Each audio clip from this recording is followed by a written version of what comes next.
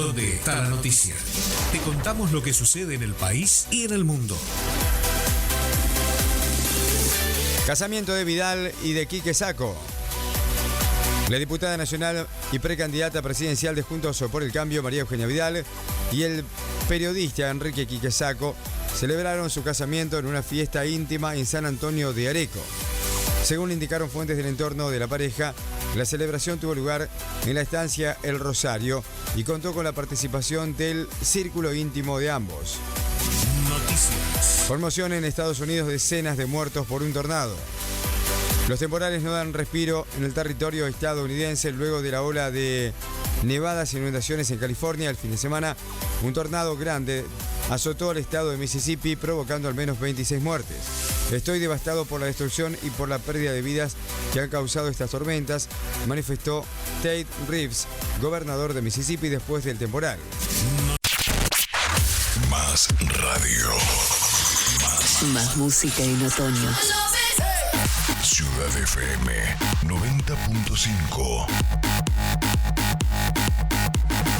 Otoño 2023. Bienvenido. Bienvenida.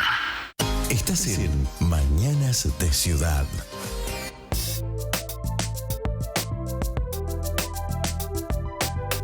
Diez 51 minutos en todo el país, 23 grados en la temperatura actual en Rivadavia. Y estaba pensando un tema que tiene, no podemos decir que es un tema de moda, sino un tema que tiene bastante trascendencia en estos días. Estoy hablando de las estafas virtuales.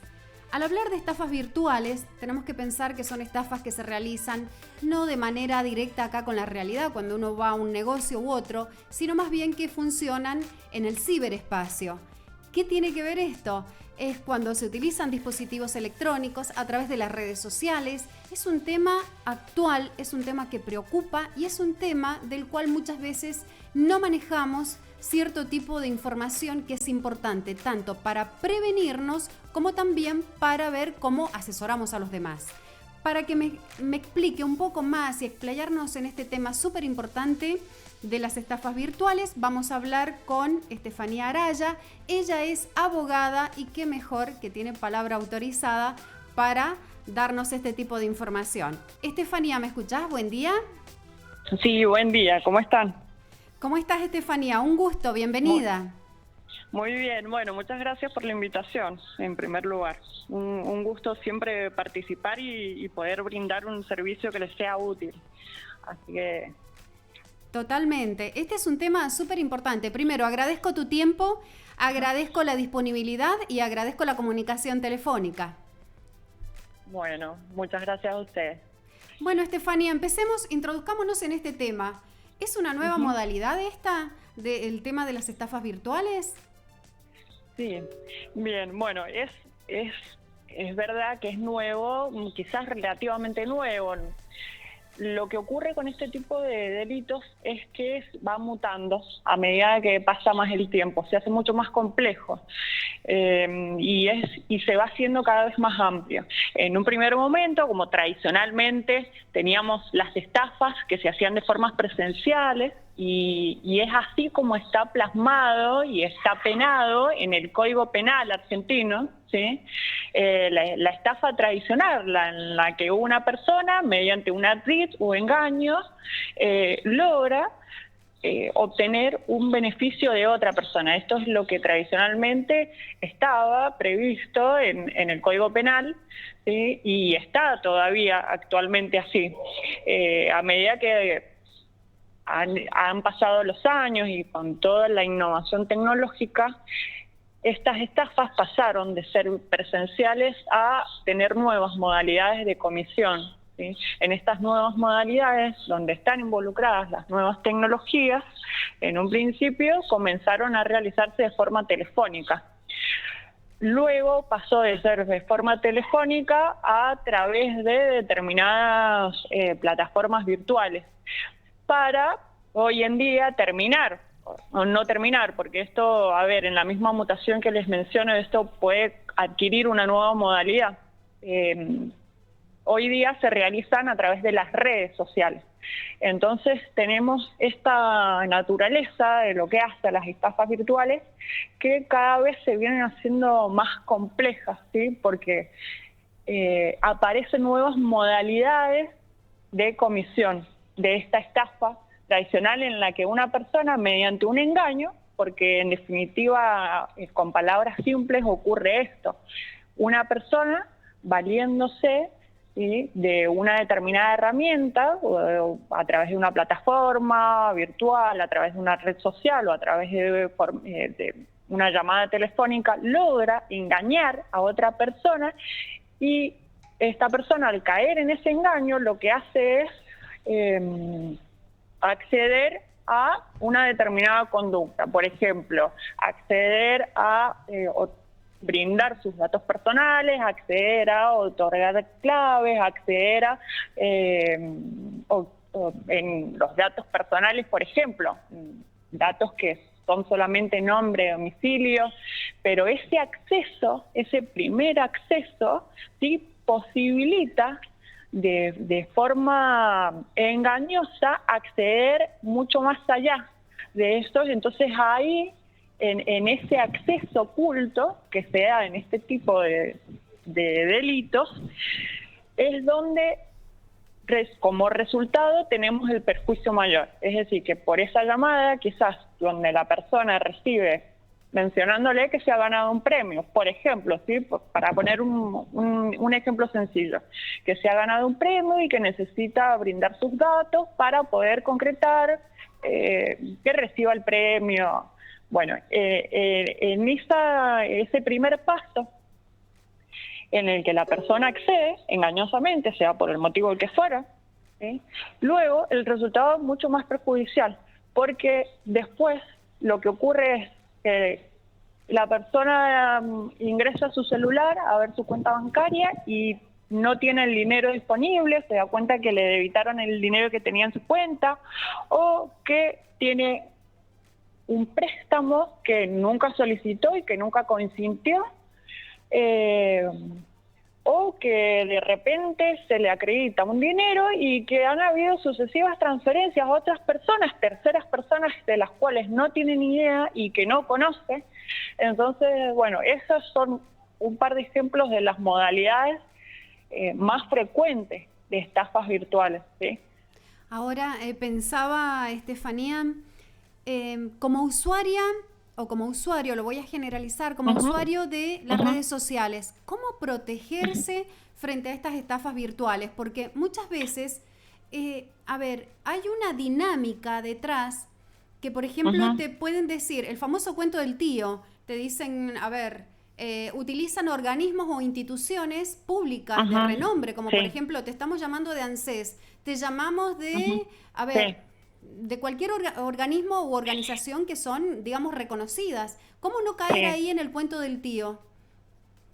Exacto. Eso, primero, las redes sociales tienen esta particularidad también, lo que ha hecho que sea una herramienta mucho más factible de utilizar por parte de los estafadores, porque se pueden crear perfiles perfectamente falsos, con fotos que no son las reales, con datos que no son los reales, y se crea un perfil en el cual se puede operar a través de las mismas redes, ¿sí?, y puede no generar ningún tipo de sospecha para la gente que, inclusive en los grupos de compraventa, eso es otro ejemplo en el que tenemos más a mano y lo vemos mucho.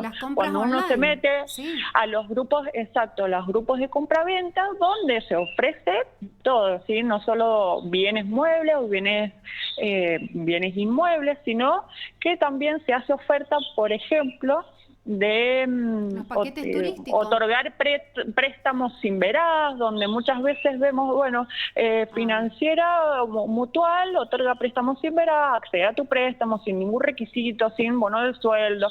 Entonces, las personas empiezan a indagar sobre esto y, terminan cayendo en estos engaños. Por esto, ¿sí?, porque es perfectamente perfiles que son creados, que son falsos y que crean con absoluta facilidad. No sabemos quién está detrás. Y esta es otra de las características que se dan en las estafas virtuales. Como en un principio, y cuando no teníamos toda esta catarata de medios tecnológicos, la estafa era por teléfono, ¿sí? No sé si recuerdan la película Nueve Reinas, donde Ricardo Darín con Gastón Post, desde el portero del mismo edificio, sin saber quién está detrás. Acá es lo mismo, lo único que cambia y que modifica es el medio utilizado, porque realmente no sabemos quién es la persona que está detrás, quién es esa voz que está llamando, quién es esa persona que está manejando ese perfil de las redes sociales. Entonces,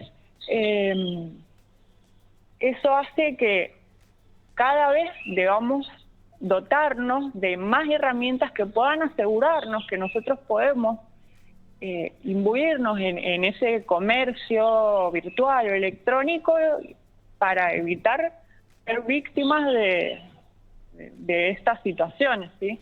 ¿Y entonces, ¿qué recomendaciones, por ejemplo, le daríamos a la gente, a la audiencia, a la gente mayor? Viste que por allí los adolescentes están están como más cancheros, más utilizando un término común, ¿no? Más, exacto, en el Pero manejo a la de la persona tecnología. mayor, a una abuela la llaman, señora, estamos hablando de, a ver, por ejemplo, el ejemplo de recién, de ANSES. La abuela se lo va a creer. Es decir, ¿qué recomendaciones darías vos desde, digamos, la parte legal, ¿no? La parte de asesoramiento. ¿Qué dirías? Sí. Bien, en primer lugar, generalmente instituciones públicas u organismos, instituciones públicas nacionales, sobre todo, como en este caso ANSES, jamás se comunican vía WhatsApp, ¿sí? Jamás se comunican mediante una llamada de WhatsApp o de un mensaje de WhatsApp. Solo suelen comunicarse a través de mensaje de texto cuando es necesario una verificación de datos.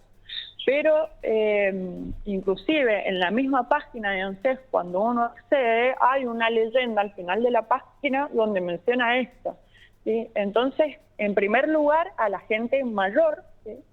Aconsejar que no conteste llamadas y no conteste ningún tipo de mensajes donde aparezca tener un logo de alguna institución pública, así sea nacional, ¿sí? Si ocurre esto, como mencioné recién, primero no contestar y en segundo lugar tratar de hablar con otra persona, algún otro familiar y de concurrir a la oficina de ANSES, ¿sí? A consultar, ¿sí? Si efectivamente el organismo necesitó contactar a la persona para algún trámite en particular. Y lo real es que van a llegar a la oficina y le van a decir a la persona, no, mire señora, nosotros lo mismo que les estoy repitiendo, nosotros no llamamos por WhatsApp, no mandamos mensajes. Entonces, sea de una institución o un organismo público, siempre esto, ¿no? Generalmente no se comunican con las personas mediante estos métodos. Estefanía. Luego de esto, concurra para sacarse la duda, decir, si ir a la oficina de ANSES o ir a la oficina, por ejemplo, si es de un banco, si el contacto viene de algún banco o algún otro organismo financiero, por ejemplo, tampoco. Generalmente los bancos lo que hacen es llamadas telefónicas, no se comunican vía WhatsApp ni tampoco por llamadas de WhatsApp. Y son generalmente para ofrecimiento de productos, pero lo ideal es siempre no contestar, o si uno contesta, decir, mire, la verdad que no me parece medio adecuado, yo voy a ir a la sucursal del banco porque prefiero que me informen personalmente estas cuestiones, ¿sí? De alguna manera como para frenar, no dar ningún dato personal, ¿sí? Eso es fundamental. No acceder a brindar personal. información. No acceder a brindar información y en su caso, que en el mismo llamado le digan, mire, la contactamos porque tenemos que verificar su número de teléfono, su dirección, sus datos. Bueno, perfecto, yo voy a ir a la sucursal y les voy a dar la información que ustedes me están solicitando de forma presencial. Exacto. ¿Sí? Estefanía, Leila te habla. Una consulta, en el caso de que hoy el usuario sea estafado virtualmente, ¿Cuáles son los pasos a seguir que tienen que hacer? Porque hay mucha gente que llega al momento y te dice, no voy a hacer ninguna denuncia ni nada, ni sé cómo hacer esto porque no me van a prestar atención y ya me estafaron y listo. Claro, ¿dónde denunciar? Claro. Bueno, si aún así uno resguardándose, prestando atención y bueno, logra caer en un engaño, esto no es nada de otro mundo. Hay muchas personas que les ha ocurrido esto, aún tomando todas las medidas de seguridad, han caído en engaños y han sido estafadas.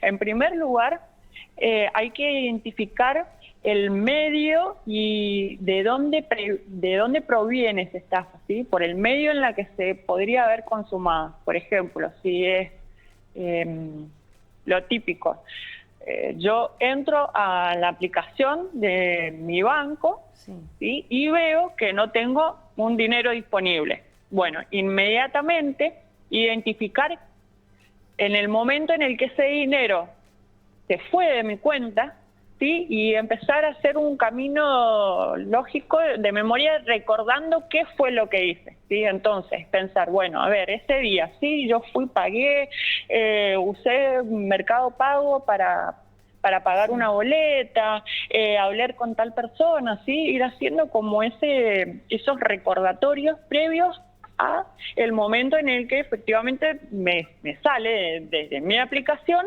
débito de tanto dinero en mi cuenta. En segundo lugar, sí es conveniente realizar la denuncia penal, por lo que les comenté al inicio, porque esto no deja de ser una estafa, ¿sí?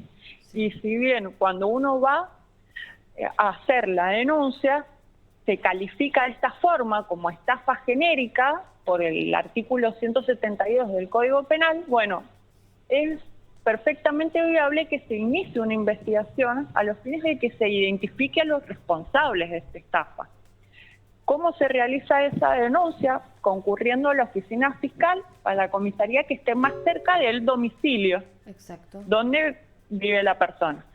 Entonces uno concurre a la oficina fiscal, menciona la situación, es así de manera muy simple, sí, yo ingresé, vi que no tenía tal dinero en mi cuenta, que de repente, o que me acreditaron esto y que puede visualizar que habían otras transferencias a otras personas que no conozco. Bueno, expone esta situación y se inicia un proceso penal a los fines de investigar lo ocurrido.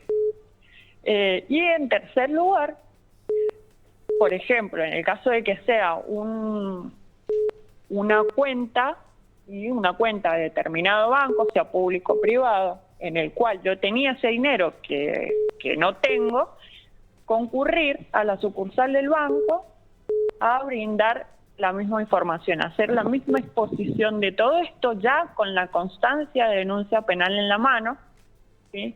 Para que el mismo banco, de forma administrativa, también curse ese reclamo. Porque cuando intervienen entidades bancarias, acá hay otra cuestión, más allá de lo que es el hecho penal en sí, el delito penal, que es las fallas de los sistemas de seguridad de los bancos y de las entidades financieras, porque ellos tienen la obligación de verificar, ¿sí?, la identidad de las personas que realizan las operaciones.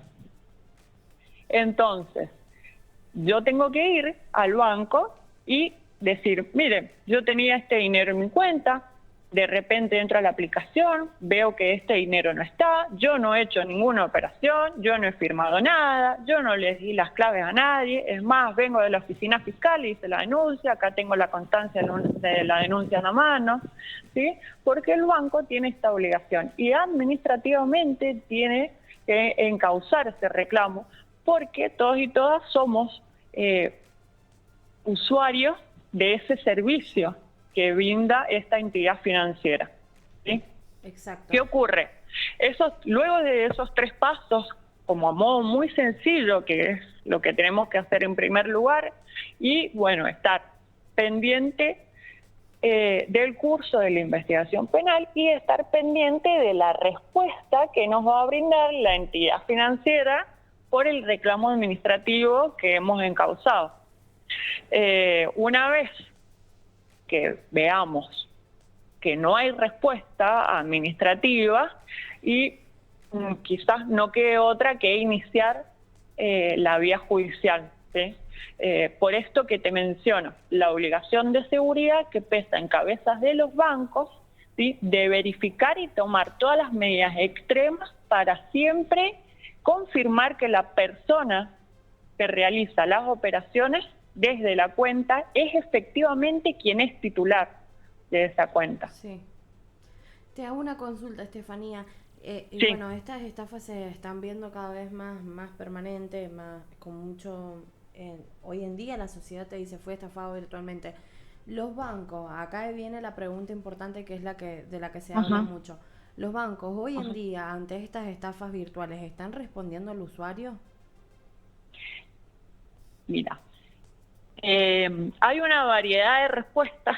La generalidad es que no logran responder de la forma que deberían hacerlo. Claro. No logran dar, al menos en una primera instancia, en esta instancia administrativa, ¿sí? No logran responder a la persona y la persona lo único que hace es salir mucho más angustiada cuando va a la sucursal del banco a exponer la situación de la cual ha sido víctima. Sí. Y así hay sin número de personas, porque lo vemos lo veo en el ejercicio profesional de que ¿qué ocurre? Comienza un peregrinar, ¿sí? De la persona que ha sido víctima, donde va una vez, donde va 2 veces, donde va 3 veces al banco a preguntar y totalmente estresada, muy angustiada y la verdad es que no se termina de dar respuesta porque ¿qué es lo que ocurre? Y hemos visto también que ni siquiera las entidades bancarias tienen un sistema unificado de información y de datos personales de toda su cartera de clientes. Entonces, por ejemplo, uno va al banco y le dan un 0800 para que llame. Ese 0800 es una oficina que está situada en Buenos Aires, donde cada vez que la persona llama, la atiende un operador distinto, donde cada vez que llama tiene que explicar de cero todo lo que le ha pasado, porque jamás se comunica con el mismo operador que le atendió el primer llamado. Y bueno, ¿tiene un desgaste emocional también se termina yendo a la instancia judicial. Eso es lo que está ocurriendo con este tipo de estafas. Termina encauzándose la demanda, ¿sí? La demanda por daños y perjuicios en sede judicial, porque se agota hasta de manera... se agota sola esta instancia administrativa porque la persona no tiene respuesta, el banco no es capaz de dar respuesta tampoco y se encauzan un montón de reclamos que van por caminos distintos y bueno, llegamos a la instancia judicial. En la instancia judicial sí las entidades intentan en ese momento ya sí conciliar o bueno, intentan brindar algún tipo de respuesta a la persona que ha sido víctima, pero previo a esto generalmente no está ocurriendo. Por eso me parece importante el tema de los medios de comunicación, ¿no? El tema esto de informar para que para prevenir, para tomar medidas preventivas justamente. Sí. Es importantísimo lo que decías al comienzo de la entrevista, que tanto cualquier organismo público, cualquier organismo financiero, si te llaman por teléfono, nunca va a ser para verificar datos. No te van a llamar para verificar el número de documento, para verificar tu clave personal, para verificar datos tuyos personales. Nunca lo van a hacer. A lo sumo, si te llaman por teléfono, lo que van a hacer es para ofrecerte algún producto. Sí. Así decías, por ahí. Sí, tal cual. Esta puede ser una manera de informarle a la gente de cómo tomar medidas. Exacto, hay que estar alerta a esto. Sí. Cuando tenemos épocas, por ejemplo, cuando se entregaba el ingreso familiar de emergencia, en épocas de pandemia, se solía requerir a las personas que hicieran verificación de datos, ¿sí? Sí. Pero, si hacemos memoria, esas verificaciones se tenían que hacer de forma presencial en las oficinas de hasta hace muy poco tiempo, con un refuerzo que dio el organismo a fines del año pasado, se requirió lo mismo, que la persona pretensa beneficiaria concurriera en forma presencial a la oficina de ANSES a ratificar sus datos personales, ¿sí? Esto tiene que servir para generar una especie de alarma, y si en todo caso nosotros accedemos o contestamos ese llamado, mencionar esto: bueno, esos datos que ustedes necesitan, denme una dirección y yo voy a concurrir personalmente a la oficina para ratificar todos mis datos personales, pero yo no voy a dar esa información por teléfono, ni mucho menos por mensaje, ¿sí? Ni mucho menos por WhatsApp. Entonces, bueno, son como pequeños tips para tener en cuenta. Pero vuelvo a insistir, aún así hay personas que han tomado todos los recaudos y han sido víctimas de estafas virtuales. Nadie está exento de esto, claro, no. Porque cada vez esa mutación que se da, lo que hace es hacerla más compleja, ¿sí? Hacer más complejos el modus operandi de estos estafadores. Pero bueno, no hay que dejar de tomar estos recaudos y hay que seguir estos 3 pasos principalmente, ¿sí? Y pensar esto, más allá de que se inicie una investigación cuando vamos a la oficina fiscal que esté más cerca a nuestro domicilio y radiquemos la denuncia penal por estafa.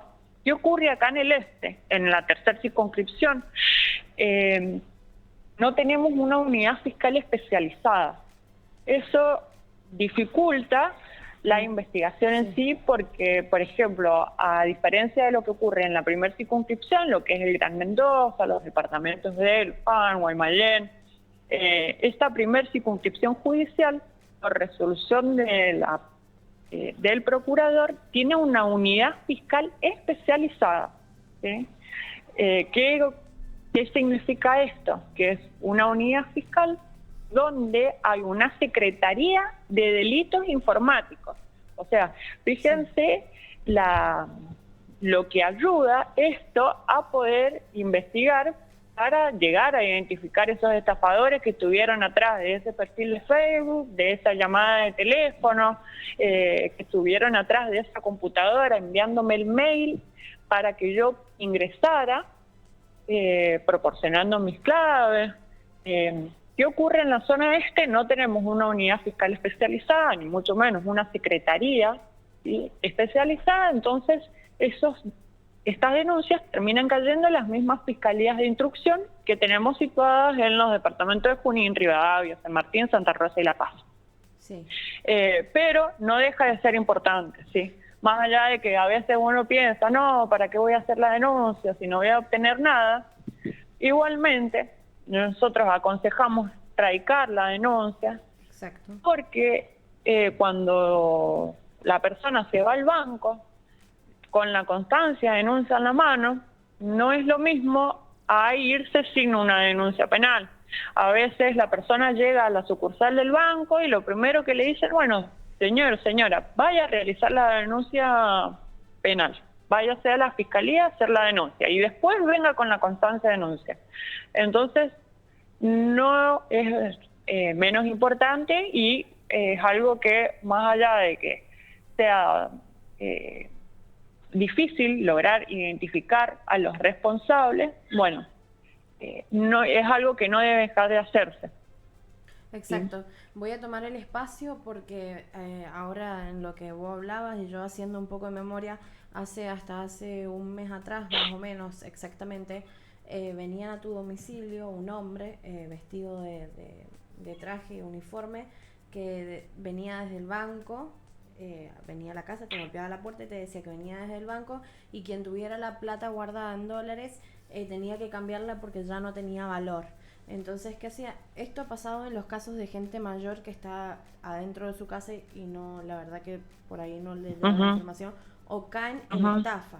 Entonces ha llegado y ha salido corriendo a buscar la plata y se la ha dado en mano y cuando han salido y han dicho no, directamente ahí se han enterado que han sido estafados y al haber robado también. Claro, por supuesto.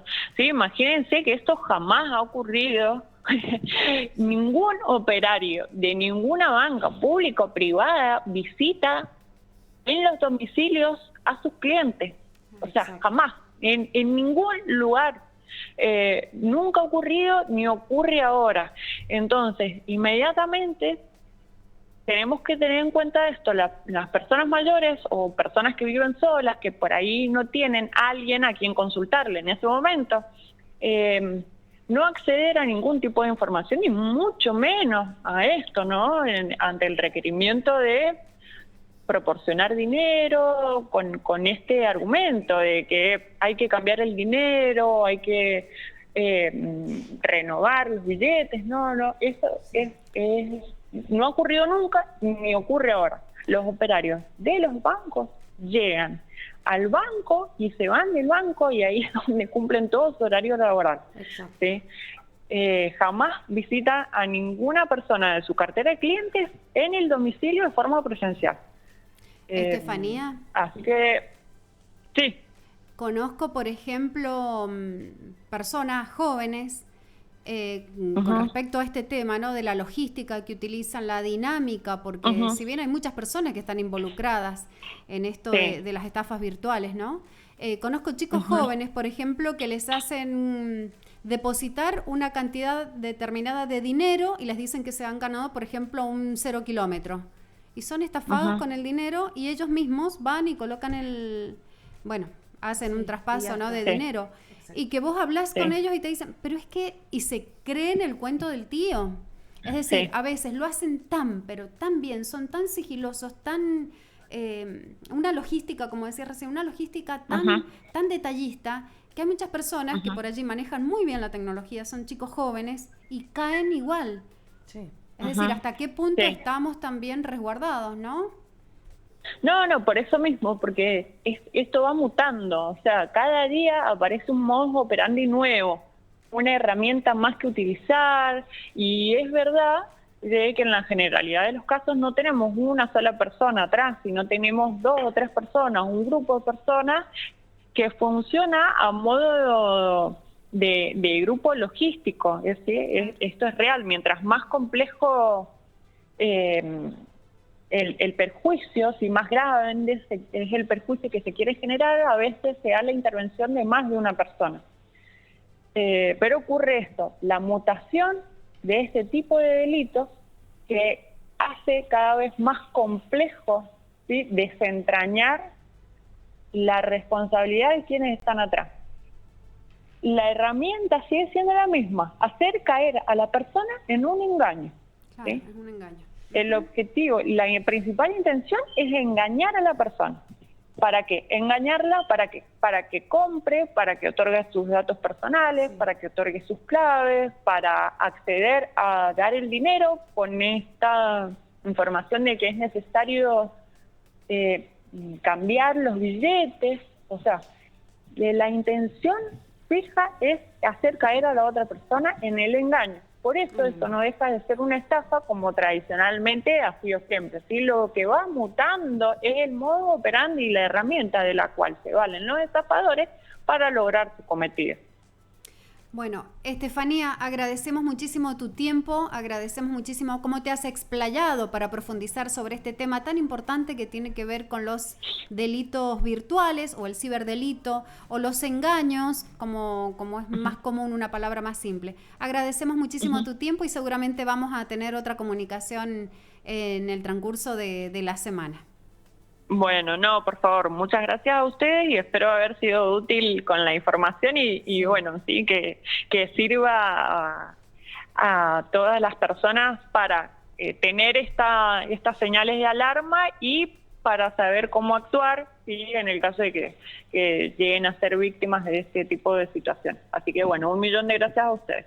Gracias, Estefanía, que tengas buen día y buen comienzo de semana. Buen día. Muchas gracias. Hasta luego. Estábamos dialogando con Estefanía Araya, ella es abogada, y dándonos un pantallazo general sobre cómo actuar con el tema de las estafas virtuales, cuáles son las modalidades y bueno, cómo prevenir estas situaciones. Amplísimo el tema, muy interesante. Sí, también cabe recordar, no me quería seguir extendiendo sobre la nota, que hoy en día, hablando de los jóvenes, los chicos, los niños más chicos, se meten en los jueguitos, en las aplicaciones, en los teléfonos y entran en los chats en vivo, aunque ustedes no lo crean y lo he visto porque conozco gente del entorno, y empiezan, mamá, papá, dame 500 pesos, dame 4.000 pesos, dame que tengo que cargar para comprar una estrellita, para comprar, no sé, algo, y los padres, como hoy en día, no estamos permanente encima de los niños, y lo hablo en general, van los chicos al Rapipago y depositan en cierta cuenta una plata en donde nunca más la ven, porque hoy también los juegos son parte de las estafas virtuales. Muy interesante ese aporte. Mira Sí. que de eso no hablamos y la verdad que es una realidad que está ahí. ¿Qué Sí. chico no tiene el celular y tiene los Conozco, jueguitos, no? conozco de muy cerca amistades y todo que han por comprar un superpoder o por jugar por las armas en el free, en todos lados, si o necesitas avanzar de nivel, la persona que está detrás de este chat te manda un código o vas a cualquier pago fácil o a cualquier sucursal, depositas esa plata y después no la ves más. No, También es un mediante- tema amplísimo y es un tema actual y es Sí. un tema donde es necesario, vuelvo a decirlo, como medios de comunicación, estar informando, estar asesorando, estar educando de alguna manera sobre estos temas, y qué bueno tener el aval, el respaldo de una profesional como es Estefanía Araya, con quien pudimos dialogar ampliamente y detalladamente sobre este tema. Pausa, ya volvemos. Ya volvemos.